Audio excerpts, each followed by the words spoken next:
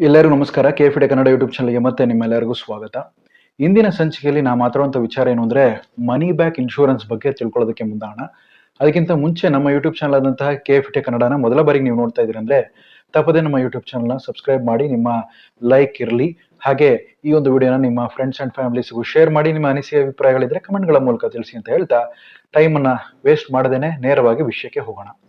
ನಮ್ಮಲ್ಲಿ ಬಹಳಷ್ಟು ಜನ ಇನ್ಶೂರೆನ್ಸ್ ನ ತಗೊಂತೀವಿ. ಅದರಲ್ಲಿ ಕೆಲವರು ಏನ್ ಮಾಡ್ತಾರೆ ಅಂದ್ರೆ ಈ ಮನಿ ಬ್ಯಾಕ್ ಪ್ಲಾನ್ಸ್ ನ ತಗೊಂಡಿರ್ತಾರೆ. ಇನ್ನು ಕೆಲವರು ಬರೀ ಹೆಲ್ತ್ ಇನ್ಶೂರೆನ್ಸ್ ಮಾತ್ರ ತಗೊಂಡಿರ್ತಾರೆ. ಇನ್ನು ಸ್ವಲ್ಪ ಜನ ಟರ್ಮ್ ಇನ್ಶೂರೆನ್ಸ್ ತಗೊಂಡಿರ್ತಾರೆ. ಆದ್ರೆ ಯಾವ ರೀತಿ ಈ ಮನಿ ಬ್ಯಾಕ್ ಪ್ಲಾನ್ ಯೂಸ್ಫುಲ್ ಆಗುತ್ತೆ ಅನ್ನೋದಕ್ಕೋಸ್ಕರನೇ ಈ ಒಂದು ವಿಡಿಯೋನ ನಾನು ಮಾಡ್ತಿದ್ದೀನಿ. ಇಲ್ಲೊಂದು ಉದಾಹರಣೆ ತಗೊಂತಾ ಇದ್ದೀನಿ. 25 ವಯಸ್ಸಿನ ಒಬ್ಬ ವ್ಯಕ್ತಿಯನ್ನ ನಾವು ಈಗ ಉದಾಹರಣೆ ತಗೊಂಡು ತಿಳ್ಕೊಳ್ಳೋಣ. ಈಗ 25ನೇ ವಯಸ್ಸಿನಲ್ಲಿ ಒಬ್ಬ ವ್ಯಕ್ತಿಗೆ ಅವನು ಕೆಲಸಕ್ಕೆ ಸೇರಿ ಸುಮಾರು 3 ವರ್ಷ ಆಗಿರುತ್ತೆ. ಆತನ ಬಳಿ ಹೆಲ್ತ್ ಇನ್ಶೂರೆನ್ಸ್ ಇರುತ್ತೆ, ಟರ್ಮ್ ಇನ್ಶೂರೆನ್ಸ್ ಮಾಡಿಸಿರ್ತಾನೆ 25ನೇ ವರ್ಷದಲ್ಲಿ. ಹಾಗೆ ಪ್ಯಾರಲಲ್ ಆಗಿ ಒಂದು ಮನಿ ಬ್ಯಾಕ್ ಪ್ಲಾನ್ ನ ಸಹ ಇನ್ಶೂರೆನ್ಸ್ ಅಲ್ಲಿ ತಗೊಂತಾನೆ. ಸೊ ಈಗ ಏನಾಗುತ್ತೆ, ಈ ಮನಿ ಬ್ಯಾಕ್ ಪ್ಲಾನ್ ಅಲ್ಲಿ ಒಂದು ನಿರ್ದಿಷ್ಟ ಅವಧಿಗೆ ಹಣವನ್ನ ಕಂತಿನ ರೂಪದಲ್ಲಿ ಪ್ರೀಮಿಯಂ ಆಗಿ ಕಟ್ತಾ ಬರ್ತಾನೆ. ಆ ಒಂದು ನಿರ್ದಿಷ್ಟ ಅವಧಿಯ ಬಳಿಕ ಒಂದು ಸ್ವಲ್ಪ ಕಾಲ ವೈಟಿಂಗ್ ಪೀರಿಯಡ್ ಅಂತ ಇರುತ್ತೆ. ಆ ವೈಟಿಂಗ್ ಪೀರಿಯಡ್ ನಂತರ ಅದನ್ನ ನಾವು ಡಿಫರ್ಮೆಂಟ್ ಪೀರಿಯಡ್ ಅಂತ ಹೇಳ್ತೀವಿ.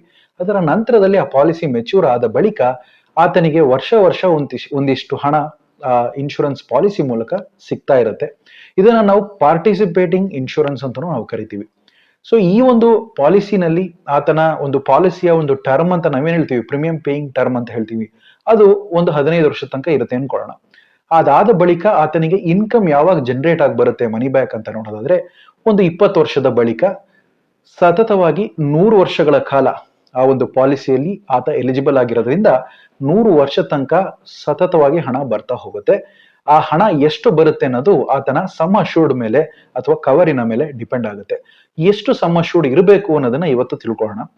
ಸಾಧಾರಣವಾಗಿ ನಾವು ಹೆಲ್ತ್ ಇನ್ಶೂರೆನ್ಸ್ ಮತ್ತೆ ಟರ್ಮ್ ಇನ್ಶೂರೆನ್ಸ್ ತಗೊಂತಾ ಇದ್ದಾರೆ ಒಬ್ಬ ವ್ಯಕ್ತಿ ಅಂದ್ರೆ ಇಳಿ ವಯಸ್ಸಿನಲ್ಲಿ ಅಥವಾ ತುಂಬಾ ಲೇಟ್ ಆಗಿ ತಗೊಳಿದ್ರೆ ಅವರು ಇನ್ಶೂರೆನ್ಸ್ ನ ಪ್ರೀಮಿಯಂ ಅನ್ನ ಜಾಸ್ತಿ ಕಟ್ಟಬೇಕಾಗುತ್ತೆ ಅನ್ನುವಂತ ವಿಚಾರ.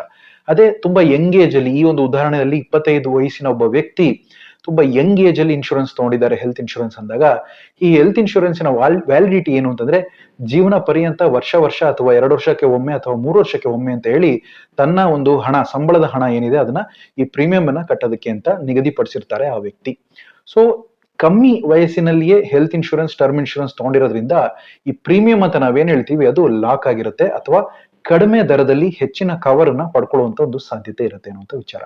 ಸೊ ಹಾಗಿರ್ಬೇಕಾದ್ರೆ ಎಲ್ಲಿ ತನಕ ಹೆಲ್ತ್ ಇನ್ಶೂರೆನ್ಸ್ ಕಟ್ಟಬೇಕು, ಆತನ ಅಂತಿಮ ದಿನ ತನಕನೂ ಸಹ ಆ ಒಂದು ಕವರ್ ಇರ್ಬೇಕು ಹೆಲ್ತ್ ಇನ್ಶೂರೆನ್ಸ್ ಅಂದ್ರೆ ಪ್ರತಿ ವರ್ಷ ಆತ ಕಟ್ತಾನೆ ಇರಬೇಕು ಒಂದು ವೆಹಿಕಲ್ ಇನ್ಶೂರೆನ್ಸಿನ ರೀತಿಯಲ್ಲಿ.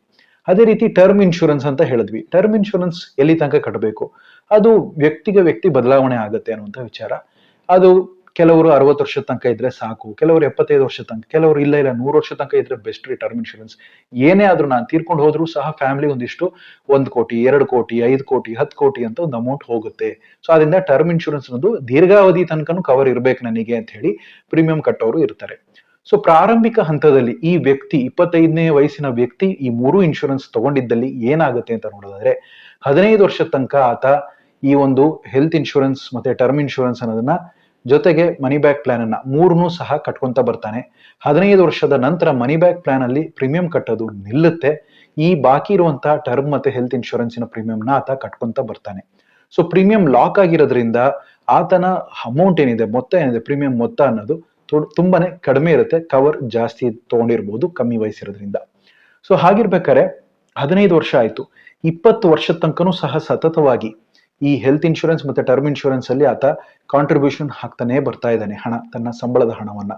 ಸೊ ಹಾಗಿರ್ಬೇಕಾದ್ರೆ 20ನೇ ವರ್ಷದ ಬಳಿಕ ಏನಾಗುತ್ತೆ, ಆತನಿಗೆ ಇನ್ಕಮ್ ಜನರೇಟ್ ಆಗುವಂತಹ ಈ ಮನಿ ಬ್ಯಾಕ್ ಪ್ಲಾನಿನ ಮೂಲಕ ಹಣ ಬರಲಿಕ್ಕೆ ಶುರುವಾಗುತ್ತೆ. ಸೊ ಒನ್ಸ್ ಆ ಹಣ ಬರ್ಲಿಕ್ಕೆ ಶುರುವಾದಾಗ ಆ ಹಣ ಏನಿದೆ ಅದನ್ನ ಆತ ವಾರ್ಷಿಕ ಆರೋಗ್ಯ ವಿಮೆಗೆ ಅಥವಾ 2 ವರ್ಷಕ್ಕೊಂದ್ಸಲ ಕಟ್ಟುವಂತ ಈ ಆರೋಗ್ಯ ವಿಮೆಗೆ ಅಥವಾ 3 ವರ್ಷಕ್ಕೊಂದ್ಸಲ ಕಟ್ಟುವಂತ ಈ ಒಂದು ಪ್ರೀಮಿಯಂ ಆರೋಗ್ಯ ವಿಮೆ ಪ್ರೀಮಿಯಂಗೆ ಅಥವಾ ಈ ಟರ್ಮ್ ಇನ್ಶೂರೆನ್ಸ್ಗೆ ಅಥವಾ ಎರಡಕ್ಕೂ ಹೆಲ್ತ್ ಇನ್ಶೂರೆನ್ಸ್ ಮತ್ತೆ ಟರ್ಮ್ ಇನ್ಶೂರೆನ್ಸ್ಗೆ ಇಲ್ಲಿ ಬರುವಂತಹ ಇನ್ಕಮ್ ಏನಿದೆ ವಾರ್ಷಿಕ ಆದಾಯ ಅದನ್ನ ಆತ ಬಳಸ್ಕೊಬಹುದು. ಅದರ ಮೂಲಕ ಈ ಹೆಲ್ತ್ ಇನ್ಶೂರೆನ್ಸ್ ಕವರ್ನ ಆತ 100 ವರ್ಷದ ತನಕ ಮತ್ತೆ ಟರ್ಮ್ ಇನ್ಶೂರೆನ್ಸ್ ನ ಕವರ್ನ ಸಹ ಆತ ಇನ್ ಕೇಸ್ 100 ವರ್ಷದ ಟರ್ಮ್ ಇನ್ಶೂರೆನ್ಸ್ ತಗೊಂಡಿದ್ರೆ ಆತ ಅದನ್ನ ಕಂಟಿನ್ಯೂ ಮಾಡ್ಕೊಂತ ಹೋಗ್ಬೋದು. ಅದು ವರ್ಷ ವರ್ಷ ಕಟ್ಟುವಂತ ಪ್ರೀಮಿಯಂ ಹಣ ಈ ಮನಿ ಬ್ಯಾಕ್ ಪ್ಲಾನ್ ಇಂದ ಆತನಿಗೆ ಸಿಗ್ತಾ ಹೋಗುತ್ತೆ. ಸೊ ಆದ್ರಿಂದನೇ ಈ ಮನಿ ಬ್ಯಾಕ್ ಪ್ಲಾನಿನ ಅಡ್ವಾಂಟೇಜ್ ಏನು ಅಂದ್ರೆ, ಈ 20 ವರ್ಷದ ಬಳಿಕ ಬರುವಂತ ಹಣ ಏನಿದೆಯಲ್ಲ, ಅದಕ್ಕೆ ಯಾವುದೇ ರೀತಿಯಾದಂತ ತೆರಿಗೆ ಇರೋದಿಲ್ಲ. 1010D ಸೆಕ್ಷನ್ 1010D ಅಡಿಯಲ್ಲಿ ಹಣ ಆತನಿಗೆ ತೆರಿಗೆ ಮುಕ್ತವಾಗಿರುತ್ತೆ ಅನ್ನುವಂಥ ವಿಚಾರ.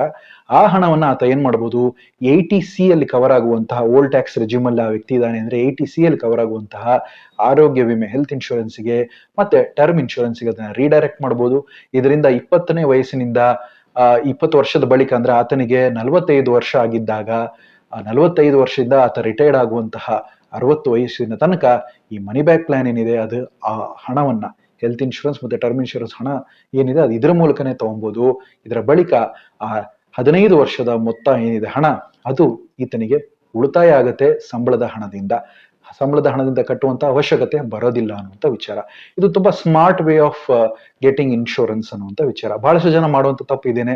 ಏನ್ ಮಾಡ್ತಾರೆ, ವಿಳಂಬವಾಗಿ ಟರ್ಮ್ ಇನ್ಶೂರೆನ್ಸ್ ತಗೊಂತಾರೆ ಅಥವಾ ಹೆಲ್ತ್ ಇನ್ಶೂರೆನ್ಸ್ ನ ಲೇಟ್ ಆಗಿ ತಗೊಂತಾರೆ. ಕೆಲವೊಬ್ರು ಇವೆರಡನ್ನೂ ತಗೊಂಡಿದ್ರು ಮನಿ ಬ್ಯಾಕ್ ತೊಗೊಳ್ಳೋದೇ ಇಲ್ಲ, ಅಷ್ಟು ಮತ್ತೊಂದು ಯಾಕೆ ಇನ್ಶೂರೆನ್ಸ್ ಅಡಿಷನಲ್ ಆಗಿ ತಗೊಬೇಕು ಅಂತ ಯೋಚನೆ ಮಾಡ್ತಾರೆ. ಸೊ ಇನ್ನು ಸ್ವಲ್ಪ ಜನ ಏನ್ ಮಾಡ್ತಾರೆ, ಮನಿ ಬ್ಯಾಕ್ ಅನ್ನು ಮಾತ್ರ ತಗೊಂಡ್ರೆ ಸಾಕು, ಇವೆರಡು ಬೇಡ ಅಂತ. ಆರೋಗ್ಯ ಕ್ಷೀಣಿಸಿದಾಗ ಇದರ ಅರಿವು ಗೊತ್ತಾಗುತ್ತೆ ಅವರಿಗೆ, ದೇಹನೇ ಹಾಳಾದಾಗ ಅಥವಾ ಜೀವನೇ ಹೋದಾಗ ಕುಟುಂಬಕ್ಕೆ ಇದರ ಅರಿವು ಗೊತ್ತಾಗುತ್ತೆ. ಸೊ ಇದು ಆತನಿಗೆ ಬರುವಂತ ರಿಟರ್ನ್ಸ್ ಏನಿದೆ ಅದು ಇನ್ಫ್ಲೇಷನ್ ಅನ್ನ ಬೀಟ್ ಮಾಡುವಂತ ರಿಟರ್ನ್ಸ್ ಆಗಿರುತ್ತೆ ಅಂದ್ರೆ ಖಂಡಿತವಾಗ್ಲೂ ಇರೋದಿಲ್ಲ. ಅದನ್ನ ನಾವು ಇಲ್ಲಿ ಕ್ಲಿಯರ್ ಆಗಿ ಹೇಳಬೇಕಾಗುತ್ತೆ. ಸೊ ಇನ್ಫ್ಲೇಷನ್ ಬೀಟ್ ಮಾಡಿ ಬರುವಂತ ಯಾವುದೇ ಒಂದು ರಿಟರ್ನ್ಸ್ ಏನಿದೆ ಅದು ಮಾರ್ಕೆಟ್ ಲಿಂಕ್ಡ್ ಆಗಿದ್ರೆ ಮಾತ್ರ ಆ ಒಂದು ರಿಟರ್ನ್ಸ್ ಸಿಗುತ್ತೆ. ಇನ್ಫ್ಲೇಷನ್ ಬೀಟ್ ಮಾಡದೆ ಬರುವಂತ ರಿಟರ್ನ್ಸ್ ಅಂತ ಹೇಳೋದ್ರಿಂದ ಇದರಲ್ಲಿ ಹಣ ಯಾವುದೇ ರೀತಿಯಾಗಿ ಪೋಲಾಗುವಂಥದ್ದು ಅಥವಾ ಕಳ್ಕೊಳ್ಳುವಂತ ಸಾಧ್ಯತೆ ಇರಲ್ಲ, ಸೇಫ್ ಆಗಿರುತ್ತೆ ಹಣ ಅನ್ನುವಂಥದ್ದು.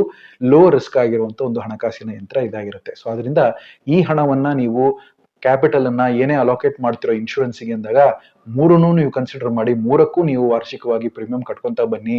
ಒಂದು ಸ್ವಲ್ಪ ಅವಧಿಯ ಬಳಿಕ ಪ್ರೀಮಿಯಂ ಕಟ್ಟೋದನ್ನ ನಿಲ್ಲಿಸಬಹುದು. ಅದಾದ ಬಳಿಕ ಬರುವಂತ ಹಣ ಇನ್ಕಮ್ ಏನಿದೆ ಅದನ್ನ ತಗೊಂಡು ನೀವು ಈ ರೀತಿ ಟರ್ಮ್ ಅಂಡ್ ಹೆಲ್ತ್ ಇನ್ಶೂರೆನ್ಸ್ ಗಳಿಗೆ ರೀಡೈರೆಕ್ಟ್ ಅನ್ನ ಮಾಡ್ಕೊಬಹುದು. ಅದರ ಮೂಲಕ ನಿಮ್ಮ ಒಂದು ಇನ್ಶೂರೆನ್ಸಿನ ಪೋರ್ಟ್ಫೋಲಿಯೋದಲ್ಲಿ ಟರ್ಮ್ ಅಂಡ್ ಹೆಲ್ತ್ ಇನ್ಶೂರೆನ್ಸಿನ ಮೂಲಕ ಅದನ್ನ ನಿಮ್ಮ ಒಂದು ಇನ್ಶೂರೆನ್ಸ್ನ ಒಂದು ಭದ್ರತೆನ ಪಡ್ಕೊಬಹುದು ಅಂತ ಹೇಳ್ತಾ, ಮುಂದಿನ ವಿಡಿಯೋದಲ್ಲಿ ಇನ್ನೊಂದು ಸ್ವಾರಸ್ಯಕರವಾದಂತಹ ವಿಚಾರದೊಂದಿಗೆ ಭೇಟಿ ಮಾಡ್ತೀನಿ. ಧನ್ಯವಾದಗಳೊಂದಿಗೆ ನಿಮ್ಮ ಸಂದೇಶ.